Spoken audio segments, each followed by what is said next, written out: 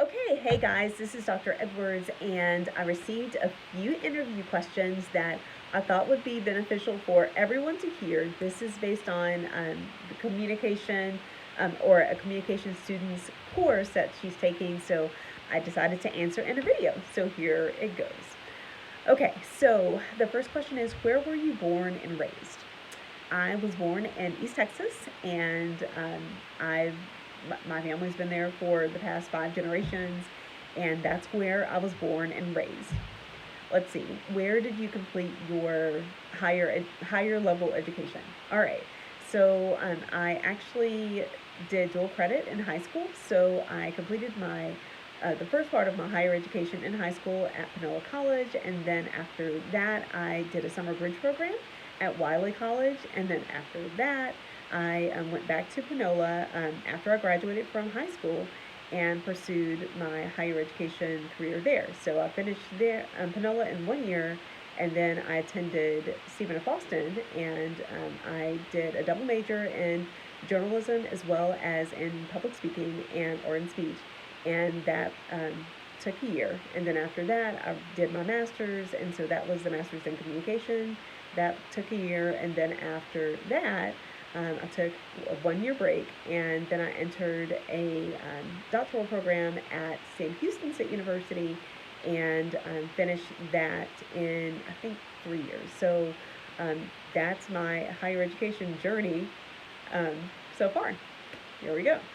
Let's see. Did, what made you pursue a career in communication? All right. So I was a debater in high school, like all 4 years in high school. And I did it because my older cousin did debate. And so I was like, you know what, I'll try it. So he only did debate for a couple of years, but I decided to jump right in and to do debate as well. So I participated in team debate and loved it. So after, competing in, the state competition and also, judging competitions all across the state, I decided that I really, really liked communication. Also, I loved the public relations, and even back then, I really loved getting individuals in rural areas involved, and I'm excited about learning about their environment and learning about, educational opportunities. So even back then, I was very excited about communication from a public relations standpoint. So throughout my educational journey, I also became very, very involved in student activities and event planning from a community level. And so all of that wrapped into one became my communication journey. Then, in the middle of my doctoral program, Facebook became a larger thing. And I decided to focus my research on social media, since it was so new. That was almost, I don't even want to think about how long ago that was, but that's why I decided to focus on social media, and it has been a great journey ever since.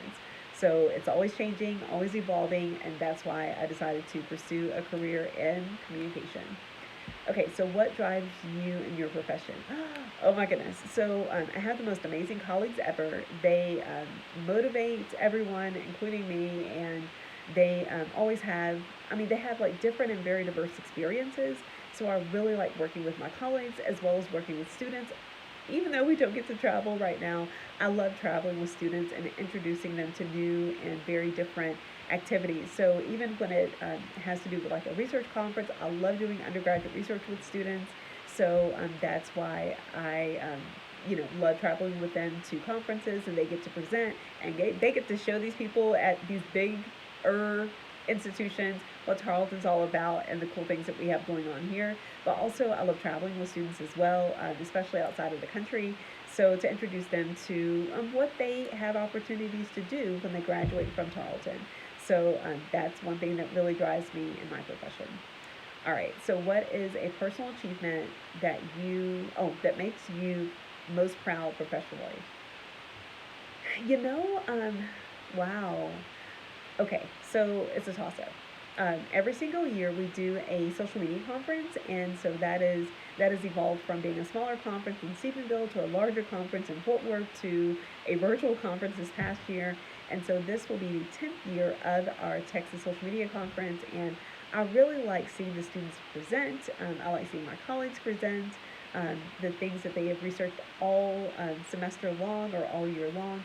And so that makes me super proud. And then also, adjacent to that, I really liked seeing three of my favorite male students graduated, oh goodness, about 3 years ago. And we've traveled with them all outside of the country numerous times and to conferences.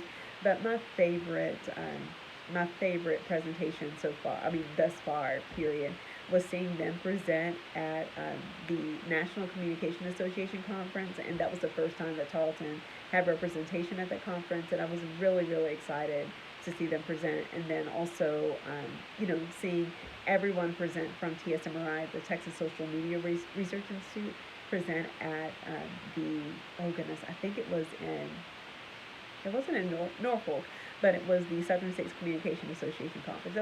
That made me super proud. I get really emotional about that because, they did something that they didn't think that they could do.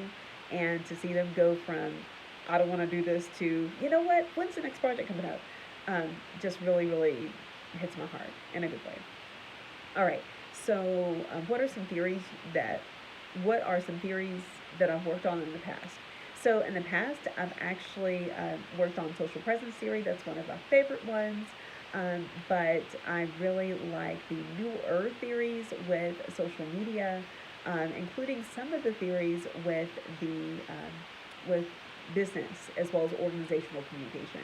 So, and I also like social disclosure as well. So those are my favorite theories, but that's what we're working on thus far. What kind of research are you currently working on and why? So, good one. All right, so right now I'm working on a couple of research pieces focused on the census, and that was my work throughout the past year and a half, focused on the U.S. Census or the 2020 census and why people decided to do it or did not decide to do it. And then also another one of my research pieces right now is focused on rural areas and how to get people involved and focused on, like even right now with FEMA, a lot of people do not know that there are resources out there, especially in light of the most recent storm in Texas. So, just connecting people to resources and what are the barriers that keep them from pursuing resources or, what's keeping them from doing that. So that's one of the areas of research I'm currently working on. And then also, I worked in academic advising with academic advising for about 6 years.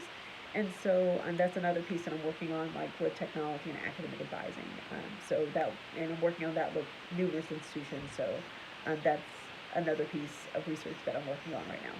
And why? Because it's my passion, and I had to be passionate about it to research it. And then most recently, I submitted a book chapter about the pandemic and how the economy is going to work toward recovering in light of the pandemic, especially with the travel and tourism industry. All right, so what are some of my short-term and long-term goals? Oh my goodness, these are some good questions. All right, so short-term goals, to make it to August. And I'm saying that because we don't know what the summer looks like, and I want the summer to be good, but to make it to August and to get some research done and to submit this really big grant that I've been working on. We're almost done, almost done, like this much there, 95% done. And then also to submit a few more larger grants with some of my colleagues. And then long-term goals, I really like fundraising, so, to fundraise some more funding dollars for different efforts that TSMRI or Rural Communication is working on. So maybe perhaps that's a big grant, or perhaps that's a conference or a partnership with companies, but that's one of my favorite things, to fundraise and also to form partnerships with companies. And then, I didn't prepare for this one. What is one of my favorite quotes? Sorry, y'all. Favorite quotes.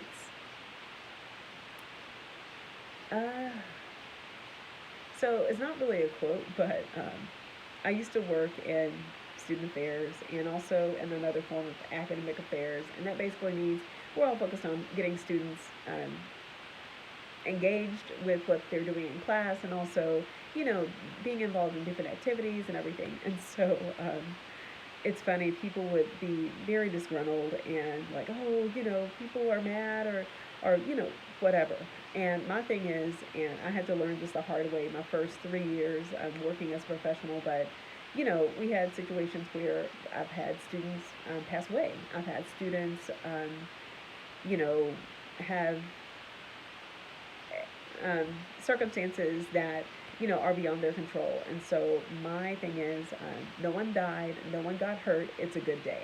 So that's one of my favorite quotes, because I mean, with event planning, with public relations, with um, you know, everything that goes on a daily basis, you really have to find the silver lining with everything. And so, you know, if people didn't get hurt, if people didn't die, then you know, that's to be celebrated. And no matter if your feelings get hurt, great. I mean, tomorrow's a brand new day, but um, you really need to figure out where, you know, your pain points are as individuals, um, and to figure out what, I mean, and that my pain point is, I don't want anyone to get hurt, and I don't want anyone to die, obviously. So my thing is, if someone's feelings get hurt, you can always apologize. You can always send thank you gifts.